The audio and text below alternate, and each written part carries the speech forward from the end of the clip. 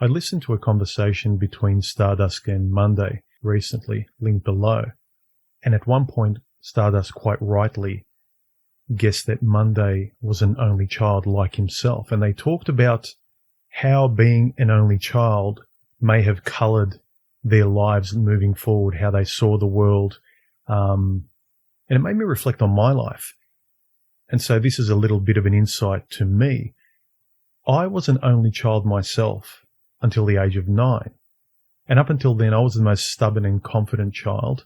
I'm still stubborn, but that confidence was severed when my brother, then sister, were successively born after I turned 9 and then 10 subsequently.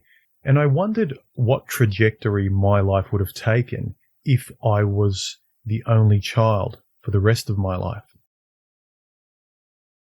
Sure, I learnt responsibility. I helped my family take care of my brother and sister, and that's all well and good. And my mother often tells me that I changed completely from that point. I matured, so to speak. And in listening to their conversation, I thought about what effects being the only child and then having that ripped away from you has had on me. Because essentially, I was love-bombed by my parents as the only child up until that point. I was supremely confident. There are numerous tales and photographs of me when I was young at family parties, kissing mothers on the cheek, confidently drinking shots of vodka. I was brash. I had no limits and the world was my oyster. And hearing objectively from my family and relatives that I changed as a child completely. I went from confident to a recluse and an introvert. Imagine what kind of effect that has on a person.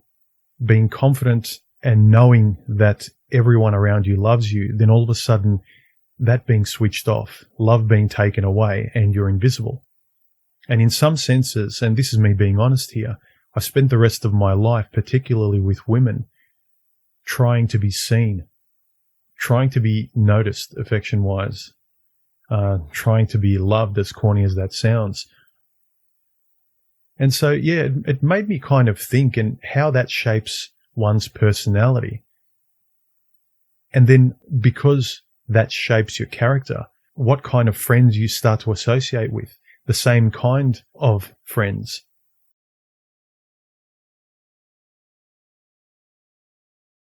In my cases, I became a people pleaser because I was searching for that affection that was taken away from me. And then what relationships do you gravitate towards? You know, most notably, in my case, you gravitate towards narcissists who take advantage of people pleasers. And, you know, if you look closely in a lot of my videos, I'm the kind of person, I want everyone to get along. I don't like friction. I want to get along with everybody. And that's not always the most healthy thing.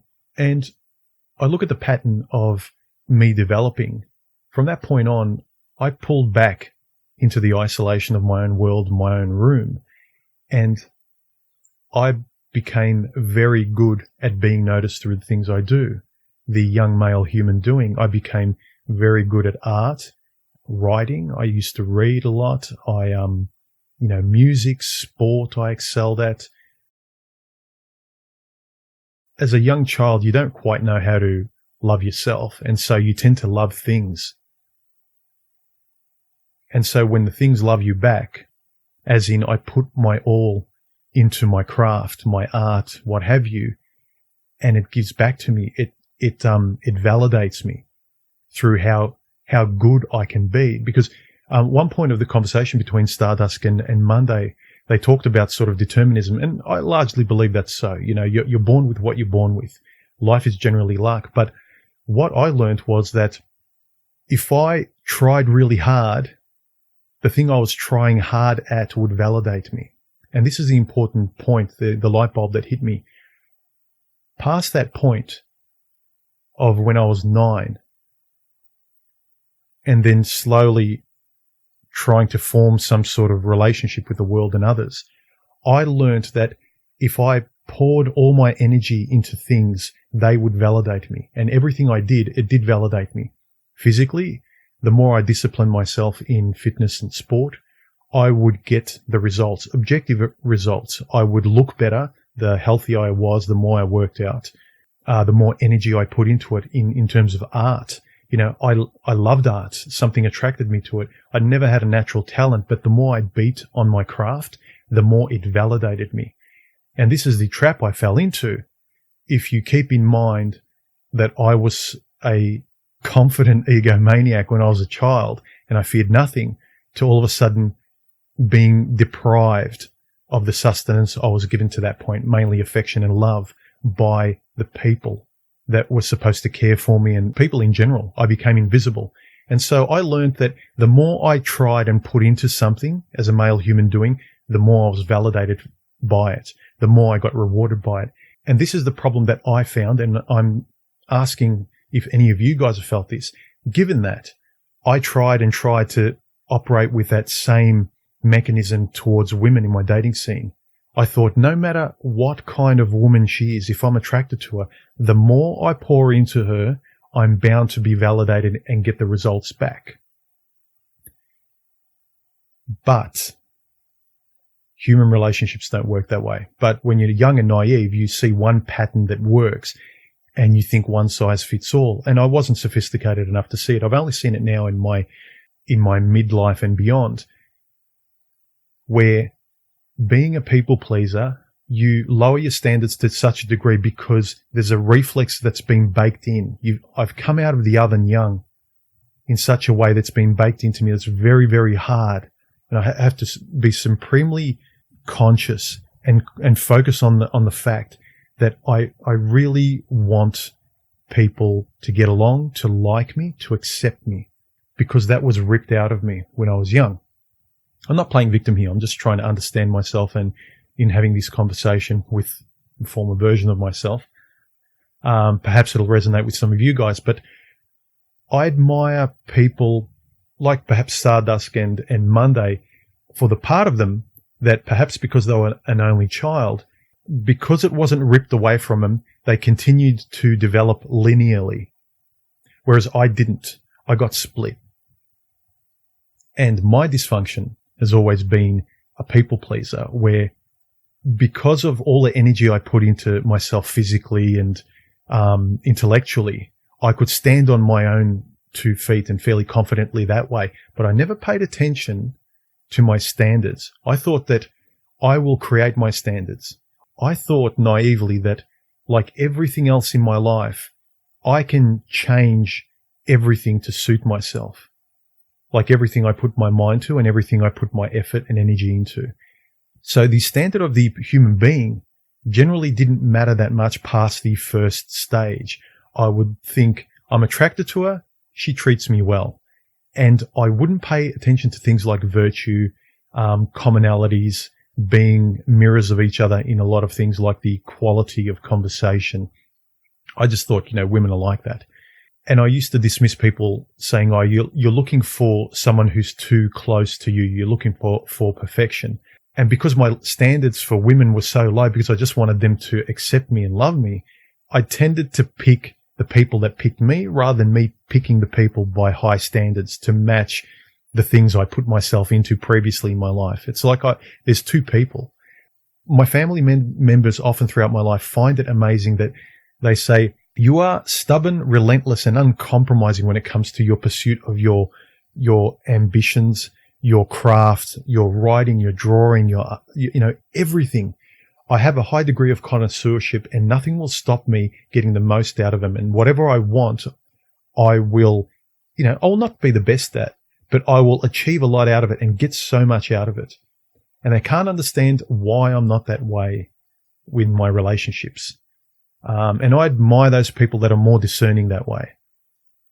Whereas if I'm being honest, past the first initial cursory standard of I find her biologically attractive, she's sexy, we get along, she's nice, she doesn't bust my balls, it's kind of like, tick, let's get on with dating. Let's continue to see if it's smooth sailing.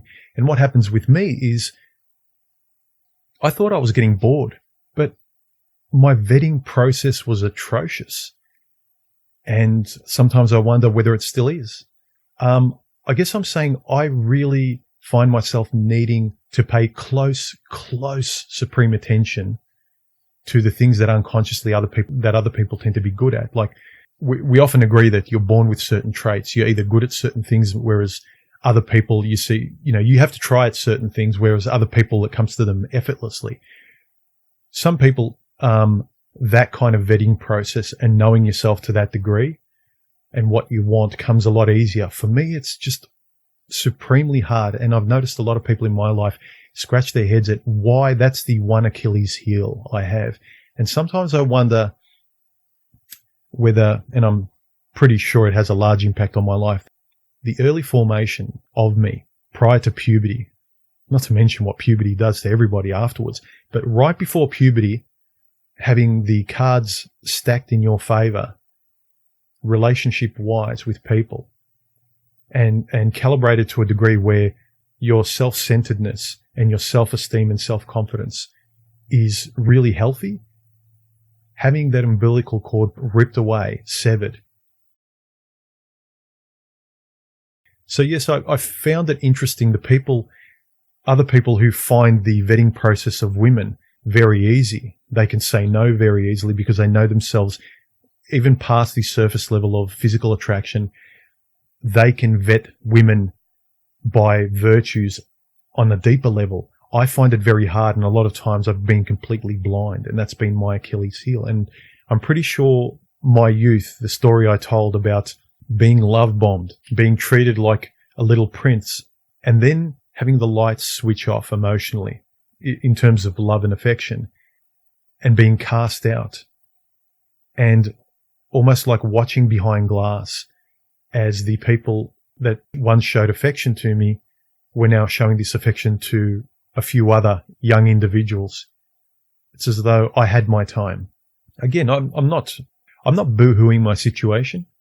I'm just trying to understand things. That's all. And I hope this may actually help some of you guys understand your situation that might have kernels of my situation. And everyone tends to have their frustrations. For instance, I've always tended to be confident and never had much of a problem because I always had the muscle flexed of I make everything happen.